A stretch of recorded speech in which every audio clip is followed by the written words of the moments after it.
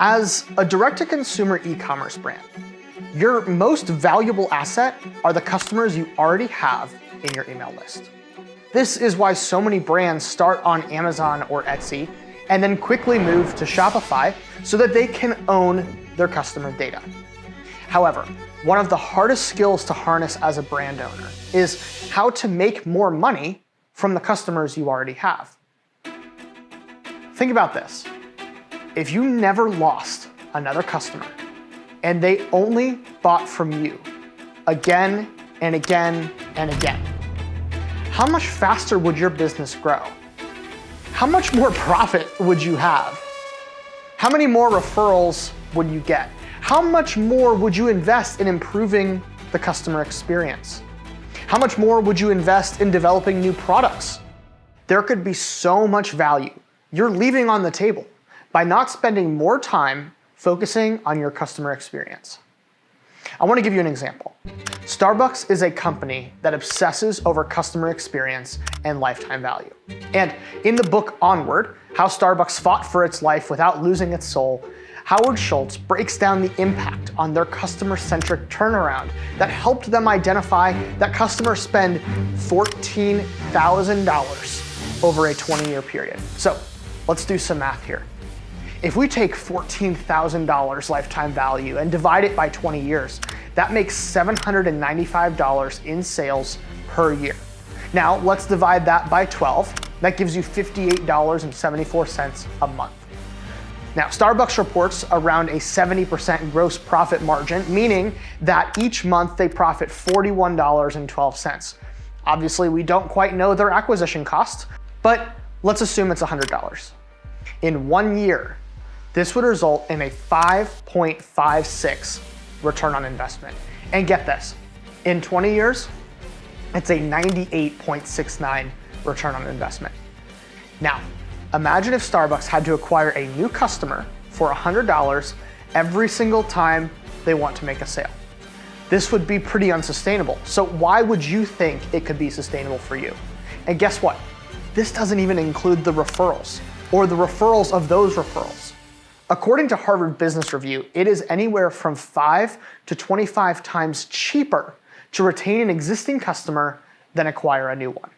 There's a compounding effect when you frame your business around what we call heart to heart. This isn't B2B, business to business, or B2C, business to consumer, but a new way that we're looking at business to ensure you stand out in a competitive marketplace.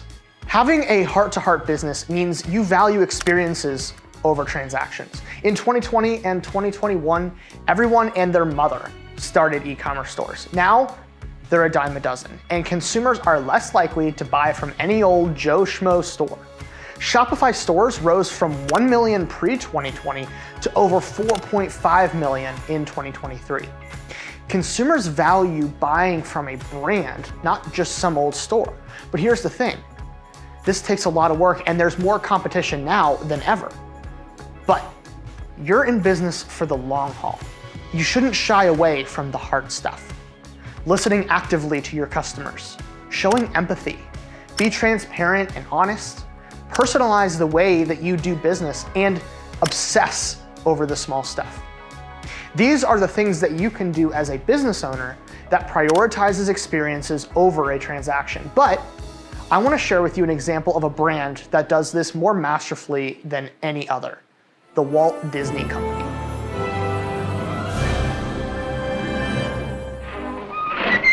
Ever since the beginning of Disney, Walt pushed the boundaries of technology and storytelling to give the best experience to his consumers or viewers. And this has trickled down into every aspect of the company 100 years later. And Disney's parks and resorts is the best example I can think of when thinking about experiences over transactions. I want to share with you a few examples of Disney's heart-to-heart business model and how you can apply it to your business. Some of these are pretty basic, and some of them are much harder to implement. But like I said, if you're in business for the long haul, then the hard stuff shouldn't be scary to you, but actually a land of opportunity. So, you finally book your trip to Disney. You shell out a cool $3,000, and now what? You just wait for your trip to arrive? Well, yes, but this is a whole lot like when your customer buys your product and they're waiting for it to arrive. But what does Disney do to elevate this experience? First off, in their app, you have a countdown to your trip. They're also sending you mail about the resort that you booked and giving you info about the perks that you get. They're also sending you tickets in the mail and letters thanking you for your booking. Now, how could this look like for e-commerce? What if, after a customer buys your product, rather than just getting a receipt, they get put into an email or text flow that maybe isn't always trying to sell them more products, but helps them have a stellar experience with the products they just bought? Maybe if it's a unique product, that's walking them through how to use it. If it's apparel, how could they style it? If it's a daily use product, how can they easily fit this into their routine?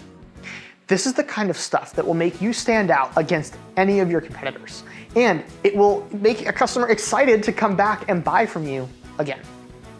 But this is for after a customer buys. What about before? How can you use this heart-to-heart business model to acquire a customer? Well, look at Disney. Disney is a master of branding. But what does it mean to be a master of branding? This is sweating the small stuff.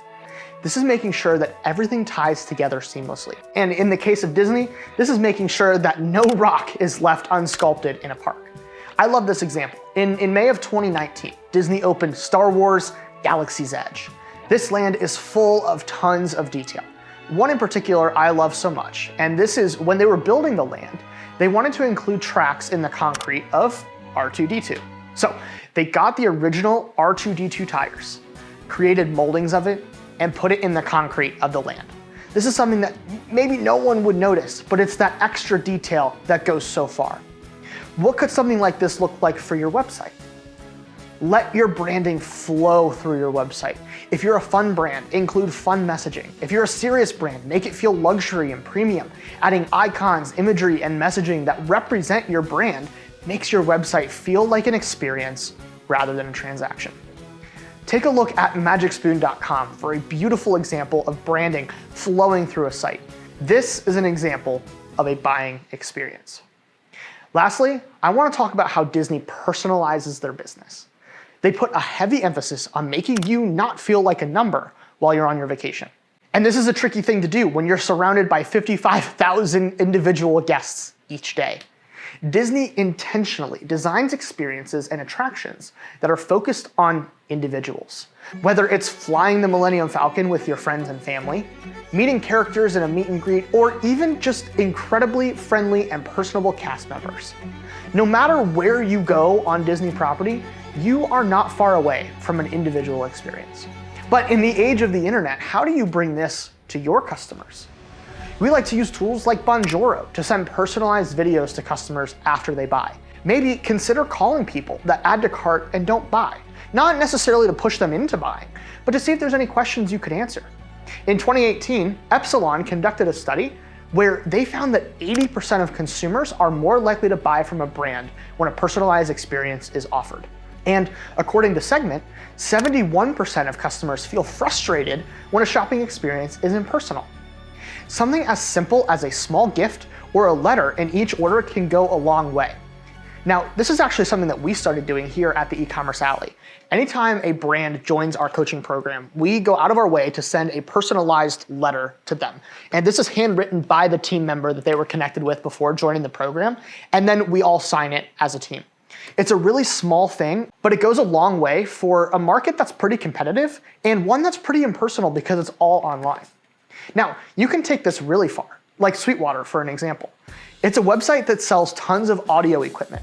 From the first day that you buy, you are assigned a sales engineer. And for the entire lifetime of buying from Sweetwater, you now have this contact that you can rely on and build a relationship with. This is a real-life application of personal, individual relationships with an e-commerce brand. Something else that's really impactful and compounds on top of all of this. Chewy, a pet accessories brand, is known for sending handwritten notes, just like us, to new customers. Or, even more impactful, they'll send a condolence card when a customer cancels a subscription if a pet passes away. If you look at this as business to consumer, you're paying for postage, cards, man hours, to essentially send a "you canceled" card. But if you look at this as heart to heart, this is not a revenue thing. It's not a profit thing. It's a personal heart to heart thing. Everything that I talked about in this video is not easy. It takes time, determination, attention to detail, and perseverance to implement and hold yourself to this standard. But the harder the path gets, the less people take it. Doing these things will separate you from your competitors. Odds are your competitors aren't even doing these things. It's easier to start this stuff small and build it into your culture early.